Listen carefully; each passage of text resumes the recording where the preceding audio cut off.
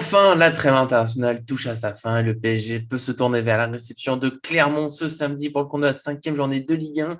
À 2 jours du match, on fait un tour des dernières nouvelles sur le groupe parisien. Bonjour à toutes et à tous, bienvenue dans cet essentiel du PSG, notre format court sur l'actualité parisienne. Au programme aujourd'hui, ça fait du bien, de plutôt bonnes nouvelles sur le groupe parisien en vue du match samedi contre Clermont. Et avant que je me lance pleinement sur toutes les nouvelles qu'il y a eu autour des joueurs du PSG, je vous invite comme d'habitude à mettre un petit j'aime sur la vidéo, ça nous fait toujours plaisir, c'est un énorme soutien pour nous. Ça évite qu'Arthur, qui est au montage, soit chafouin, il ne peut pas être là avec moi aujourd'hui, mais bon, voilà, on sait qu'il est content et bien sûr, il reviendra, ne vous inquiétez pas. En tout cas, je me lance, c'est parti avec une attaque qui pourrait être un peu plus fournie que ce qu'on craignait il y a quelques jours. Je le rappelle, Di Maria, Messi et Neymar seront sans doute absents puisqu'ils jouent dans la nuit de jeudi à vendredi avec l'Argentine ou le Brésil. C'est quasiment impossible qu'ils soient sur le terrain samedi, ça ne se fait pas tout simplement dans le football comme ça d'enchaîner.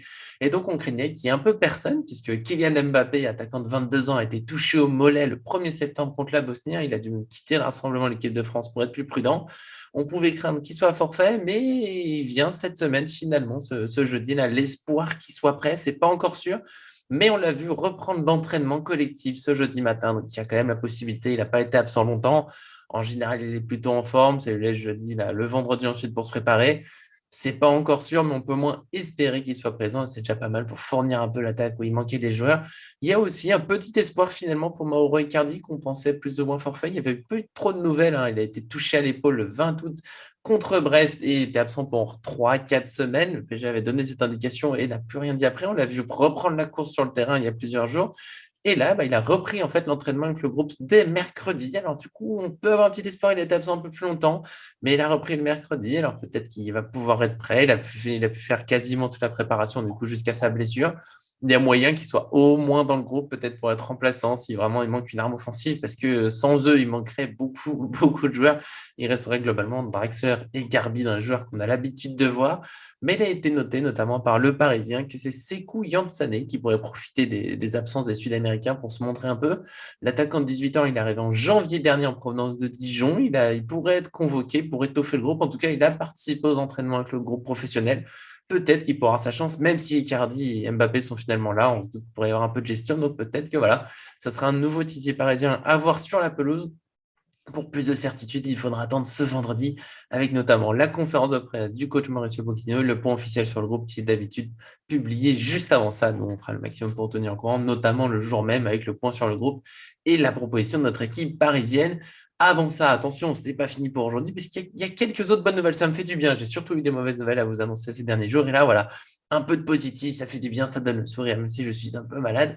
Les autres bonnes nouvelles se situent en défense avec Marquinhos. Je l'avais dit dans la vidéo, il y avait un doute autour de sa suspension au Brésil parce que le match contre l'Argentine a été interrompu et la FIFA n'a pas pu dire clairement à la fédération brésilienne s'il avait le droit de jouer ou pas contre le Pérou, le dernier match de la trêve. Il est donc rentré en avance et il a participé à l'entraînement collectif ce jeudi. Tout laisse penser qu'il pourra donc être présent ce samedi, même si ce n'est pas le sectoriel moins de joueurs. Mais ça fait toujours du bien d'avoir Marquinhos dans le groupe. On a aussi vu Nuno Mendes, l'arrière gauche qui est arrivé dans les dernières heures du mercato. Il était aussi présent à l'entraînement ce jeudi. Lui, il a fait la trêve normalement avec le Portugal. Il a été remplaçant pour les 2 matchs éliminatoires de la Coupe du Monde. Il était titulaire lors d'un match amical contre le Qatar, donc il a eu du temps de jeu.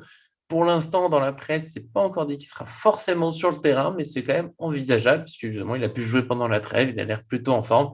Voilà, c'est peut-être un départ un peu rapide, entraînement jeudi, match le samedi, il n'a pas trop le temps de connaître l'équipe, mais on n'a pas non plus beaucoup d'arrière-gauche pour le passer devant, à part Levin Kurzawa qui lui aussi est blessé, donc il n'y a pas beaucoup d'options, il n'y a pas de Diallo qui continue de dépanner, mais pourquoi pas lancer ce jeune talent, au moins en tant que remplaçant, ça pourrait être intéressant. Et enfin, dernière bonne nouvelle, Kimpembe, il sera peut-être tout de même forfait pour ce match, mais au moins son forfait ne devrait pas être long. Il a été blessé lors du dernier match de l'équipe de France.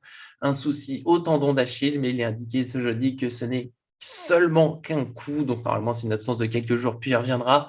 Pour samedi, c'est peut-être un peu court, mais au moins pour le reste, normalement, tout ira bien. Ça fait toujours plaisir. Un peu de bonnes nouvelles. Pas de forfait pour le moment. On croise les doigts pour ce soir. Si vous voyez la vidéo ce jeudi, donc je le redis, il y aura les matchs du Brésil et de l'Argentine. Il y a des joueurs importants. On espère que tout ira bien. J'ai oublié de citer Paredes tout à l'heure, évidemment, mais parce que je parlais des attaquants, lui aussi devrait être sur le terrain. Je finis avec juste un tout petit mot, parce que c'est le dossier qu'on suit un peu de loin. Ça avance doucement. C'est le nouveau centre d'entraînement du PSG qui sera à Poissy. Il y a eu l'indication ce jeudi qui devrait finalement être prêt pour les joueurs professionnels en 2023. C'est un peu de retard, c'est souvent comme ça les grands travaux. Mais au moins ça s'approche, on verra quand ça se précise un peu plus. C'est pas encore une date sûre, mais normalement 2023, les pros iront dans ce nouveau centre d'entraînement. Et c'est fini pour aujourd'hui. Voilà, beaucoup de bonnes nouvelles, ça fait toujours plaisir. J'espère que j'en aurai aussi à donner dans la prochaine vidéo, peut-être ce vendredi. En tout cas, on se retrouvera forcément très prochainement, puisque samedi, comme j'ai dit, hein, c'est le point sur l'équipe parisienne avec nos pronostics.